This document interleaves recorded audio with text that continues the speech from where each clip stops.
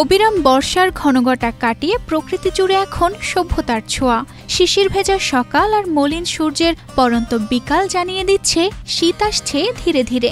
বিকাল থেকে শুরু করে ভোর পর্যন্ত শীতের একটু একটু আভাস পাওয়া যাচ্ছে, হালকা কুয়াশাও পড়ছে।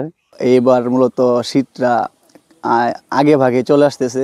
ওয়ালটন এখন দেশের সীমানা পেরিয়ে পৌঁছে গিয়েছে 50টিরও বেশি দেশে। ওয়ালটন, ঘরে ঘরে বিশ্বজুড়ে। নদী আর বিলের শান্ত পানিতে প্রতিফলিত হচ্ছে কাশফুলের সভ্যতা। গ্রাম বাংলায় শুরু হয়েছে পিঠে পুলির প্রস্তুতি। সব মিলিয়ে শরতের সকাল ও বিকেল বলছে শীতের আগমনের সময়ের মাত্র অপেক্ষা। হালকা ঠান্ডায় আমরা কাশফুল বেড়াইতে আইছি, অনেক ভালো লাগছে।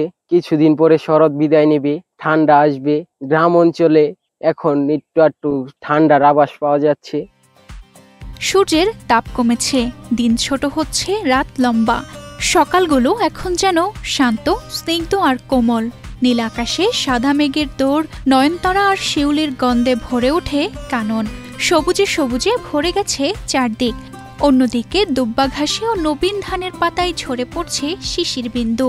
ব্যস্ত কৃষক ছুটছেন মাঠে শীতকালীন ফসলের বীজ বুনতে।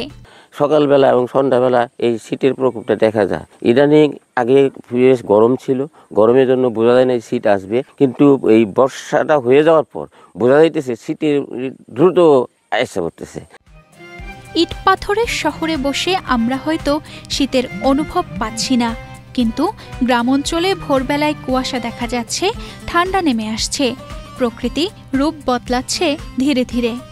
শহরের ইট পাথরের দালানে বসে আমরা কিন্তু এখনো গরমের অনুভব করছি, কিন্তু শহরের বাইরে গ্রামে গঞ্জে কিন্তু এখন ভোরবেলা কুয়াশা দেখতে পাই এবং শেষ রাতের দিকে ঠান্ডা নেমে আসে।